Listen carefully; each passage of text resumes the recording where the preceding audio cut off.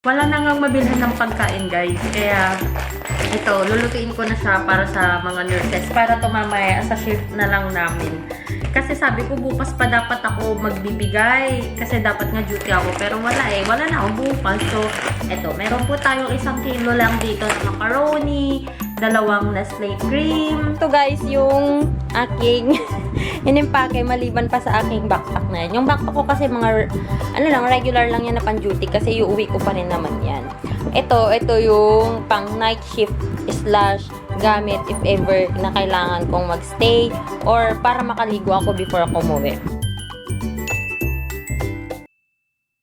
Hi everyone! Welcome back to my channel! And ngayon guys, hindi ko pa naman siya day off. Kahapon yung day off ko and mamaya magna-night shift ako. So, might as well prepare for my duty and then gawin na yung mga dapat pang gawin, mga pwede pang ihabol. So, I'm checking my agenda kanina. The things that I will be doing today is mag-email back sa agency. Kasi, ang US ngayon guys, dahil sa coronavirus, kailangan nila ng maraming healthcare workers and inaano nila na mabilisan na umalis na yung mga, kung may mga petition na approved na, ganyan, for visa appointment. So, inaantay ko pa kung anong gagawin ng agency, kung magiging qualified ba ako for the invitation ng US na pumunta doon ngayong time ng coronavirus. But siguro, kahit siguro maging qualified ako, mga 70-30 ako. Na 30% na hindi ako pupunta. Guys, kasi tinatanong ko yung mga friends ko na nasa US, wala daw PPE, tas may mga nagsisilabasan na mga video ng mga nurses na mga nag-resign doon kasi nga daw wala daw silang mga PPEs kasi daw sabi daw ng CDC okay lang daw na walang PPEs, or yung kung sa mga hindi medically inclined guys, yung PPE is personal protective equipment, parang ganun yata. Yun yung mga nakikita nyo na mask is one of the PPEs. Mask, gloves, gowns, yung hairnet, ganyan. Basta madami guys, yun. Yun yung kailangan mo kasi to protect and of course to survive. Eh kung wala kang ganun, baka abo na lang ako na uuwi ng Pilipinas. Maswerte pa kung abo, sabi nga nila, baka pangalan ko na lang daw yung makauwi. So, nakapag-email naman na ako, nakapag-breakfast na din ako. So, ngayon ang gagawin ko naman guys, magtutupi ako ng mga nilaban ko nung isang araw pa. Kasi dry naman na sila and then mag-workout tayo. Then, tingnan natin kung anong magiging araw natin ngayon. Basta madami akong gagawin ngayon guys. Kasi mag-edit pa ako ng mga videos for you guys.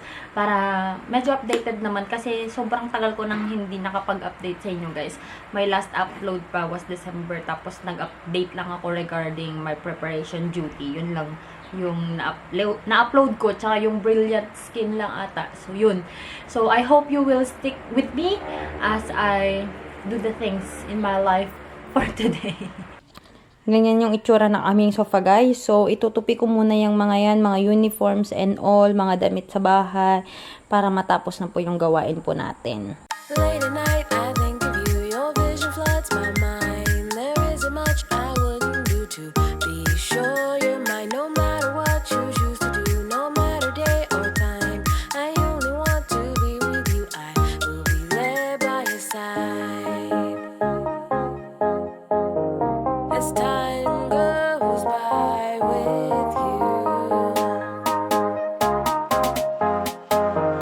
as time goes by with you.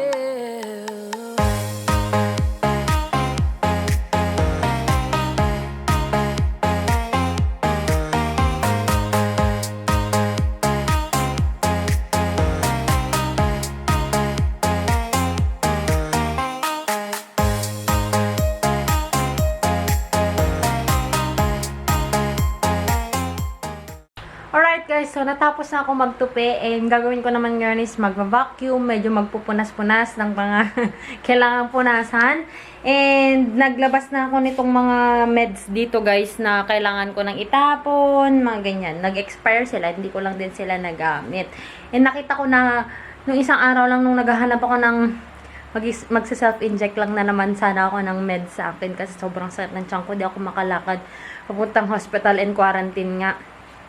Nakita ko guys, puro expired na pala sila. Ang tagal na pala ng mga yan bago pa umalis ng Pilipinas si Mac. So, kailangan na namin silang itapon. Kailangan ko na silang itapon para walang makagamit. Super duper. Zoom pala ako. Ayan guys, so maglilinis muna ako, punas-punas, and then mag-workout na ako after. Kaya ako nakaganito na para minsanan na yung pagpapalit ko mamaya.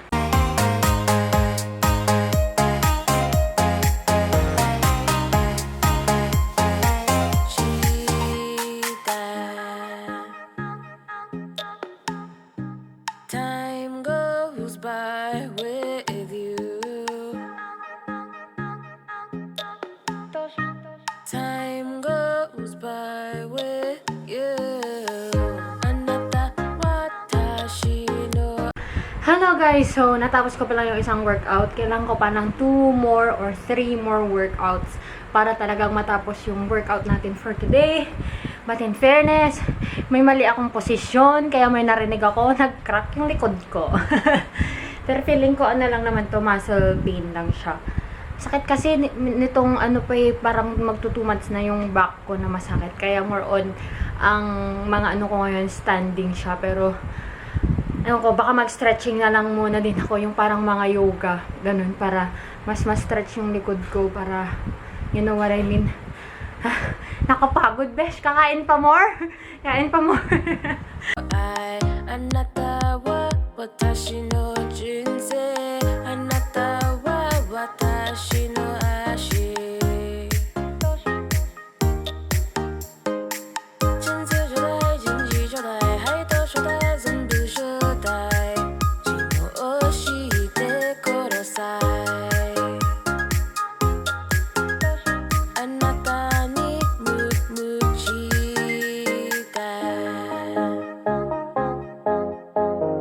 Hey guys, so time check, it's already 2:47 PM and natapos ko lang maligo. After kong nag-workout guys, naginis pa ako. I mean, yung mga tinupi ko kanina nilagay ko na sa cabinet. And guys, alam nyo yung last workout ko, hindi kasi natapos kasi ewan ko ba ba't nag-stop or more than the time limit na nung camera, kaya siya namatay. Ano, that was a yoga for the back kasi target niya yung back, lower back, kasi nga ano, lagi akong in pain sa likod ko. So, yun yung trinay ko. Alam niyo ba guys, after, nakaka-relax pa lang yoga. Or dahil pagod ako dun sa first workout. Tapos, na-relax ako dun sa yoga. As in, nakatulog ako sa yoga mat ko, besh. Kasi yung last niya, yung parang naka-open na yung buong katawan mo, ganun ka na lang, ganyan. Tapos may nagsasalita na ganyan. Tapos yung sumunod na video, isa yoga. So, parang napaka-calm ng boses nung nagsasalita. Kaya yun, nakatulog ako paggising ko. Tapos na yung pangalawang video. So, naka-idlip po tayo ng 10 minutes before ako naglinis ulit and then naligo. And ngayon guys, mag-e-edit ako ng aking video para may ma-upload po tayo for the vlog. Kaso parang hindi ko siya matatapos kasi I want to sleep. Kasi nga may duty ako later. Saan ba yung aking... Ito guys, yung aking external hard drive and papuno na siya. I cannot order naman sa Lazada. Sa Lazada ko lang ito nabili guys and shockproof siya. Maganda. Kahit nagta-travel, maganda to sa mga nagta-travel. This is the silicone power. Ayan, may mga rubber siyang ganyan. Tapos, scratch-proof pa siya, ganun. Pero dito, hindi naman. Na-scratch pa rin. Pero ilalim naman kasi. 1 terabyte lang to guys. And paubos na siya.